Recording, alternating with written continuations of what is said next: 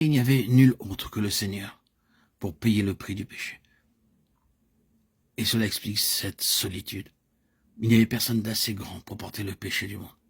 Il est le seul qui pouvait le faire. Et cela l'entraînait dans une extrême solitude, profonde solitude, qui a pleinement été abandonné de Dieu. Qui a connu cela? Remercions Dieu, nous ne connaîtrons jamais cela. Il n'est pas nécessaire d'avoir conscience que Dieu nous ait abandonnés. Cela n'est pas nécessaire, et certes, nous ne pourrions pas y survivre. Mais notre Seigneur, lui, l'a connu. Il a connu cette solitude.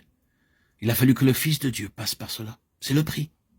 Et il le paye en qualité de pionnier, le pionnier de notre salut, le pionnier de notre héritage, le pionnier pour nous faire entrer en possession de tout ce qui est déterminé par Dieu lorsqu'il nous appelle à cette union avec Christ.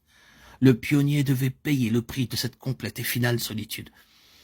Est-ce qu'il n'y a pas quelque chose de tout cela dans le soupir, le cri d'Ésaïe, chapitre 53?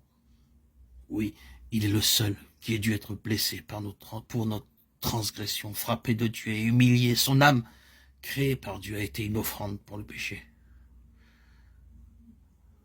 Mon Dieu, pourquoi m'as-tu abandonné? Matthieu 27, 46. Et il verra une postérité et prolongera ses jours, et hors de cette solitude surgira une puissante multitude, les enfants dont tu fus privé. Ésaïe 49, 20. Et c'est le mot final pour l'instant, c'est l'identification avec lui, par la foi et le témoignage. Non, nous ne pouvons pas littéralement et réellement entrer dans cela.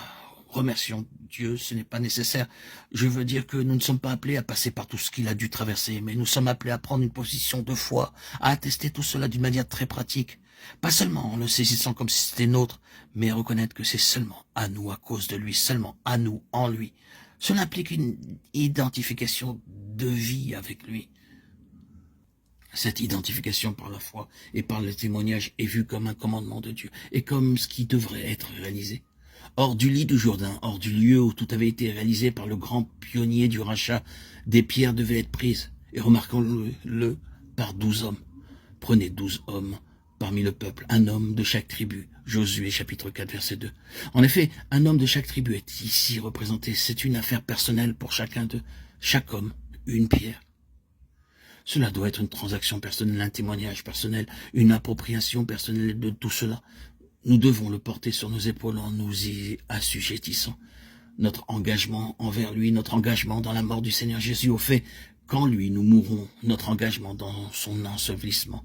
Nous avons donc été ensevelis avec lui, Romains 6, 4. Puis vient notre identification à sa résurrection. Les pierres dans le Jourdain signifient notre union avec lui dans la mort, et l'ensevelissement, les pierres prises hors du Jourdain et dressées pour mémorial sur l'autre rive, typifient notre union avec lui dans la résurrection. Mais il doit y avoir une transaction pratique, personnelle, individuelle. Chaque homme, une pierre. Est-ce que vous avez pris la pierre sur votre épaule personnellement? Est-ce que vous avez fait cela définitivement? Vous savez comment l'apôtre Paul nous dit que le témoignage est né? C'est tellement familier. Nous avons donc été ensevelis avec lui par le baptême en sa mort, afin que, comme Christ est ressuscité des morts par la gloire du Père, de même, nous aussi, nous marchons en nouveauté de vie. Romains 6, 4. C'est une histoire assez claire et si simple. Oui, par le baptême, nous déclarons que nous avons pris la pierre sur nos épaules. Nous avons fait de cela notre responsabilité. Nous sommes définitivement livrés à tout cela.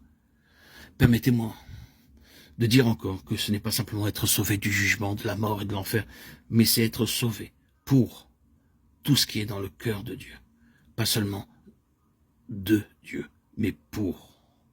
Ce n'est plus ce que nous allons obtenir ni comment cela va nous affecter. Cela, c'est la vieille tyrannie. Il ne s'agit plus d'intérêt personnel. C'est ce que le Seigneur veut. C'est ce qui le satisfera et qui le glorifiera. C'est la passion du cœur et c'est tellement engageant. Et quand il nous fait passer par tout cela, quand il nous fait passer par-dessus le mur des intérêts personnels, des intérêts mondains, du gouvernement de la chair, pour nous tenir sur le terrain où tout est du Seigneur, et pour ce qu'il veut, nous trouvons le pays coulant de lait et de miel, nous trouvons les richesses de Christ, nous sommes parvenus au ciel ouvert. Beaucoup de notre travail et de notre vie chrétienne sont tournés vers le moi. Tant que cela ne passera pas de moi au Seigneur, pleinement et entièrement, nous ne connaîtrons rien de la plénitude spirituelle de la vie céleste. C'est cela qui est représenté ici.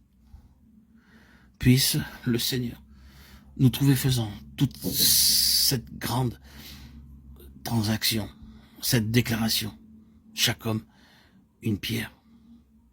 Et ce Jourdain, avec tout ce qu'il signifie, trouver une place dans nos cœurs.